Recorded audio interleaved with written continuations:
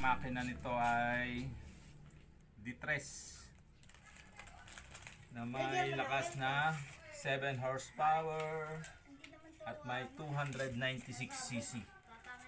Ang intake nito na may sukat na D3 intake, pareho ng output D3 din. Itetest natin ito kung gumagana. Una, bago natin start yung engine, lagyan natin siya ng tubig at dito siya ilalagay.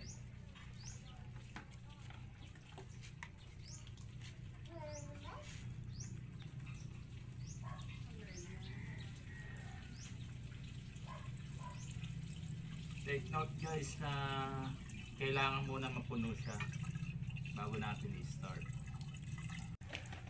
Okay na. Kapag napuno na, cover natin lang. Tapos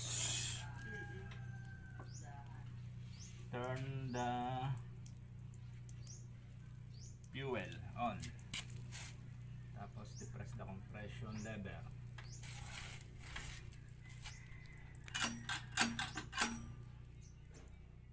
Pag may control na ganyan, saka mo siya hilahin ng bigla. Pindutin mo to. 1, 2.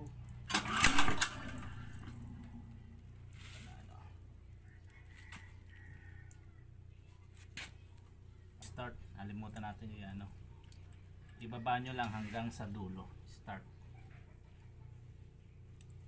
Yan. Tapos the compression lever.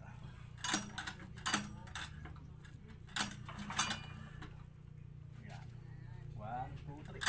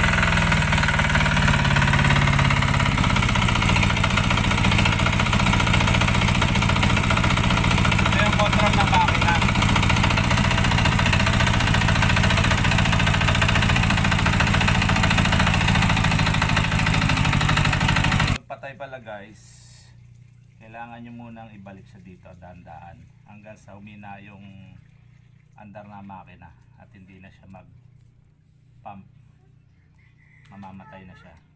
O ganyan lang. Tapos close nyo yung fuel.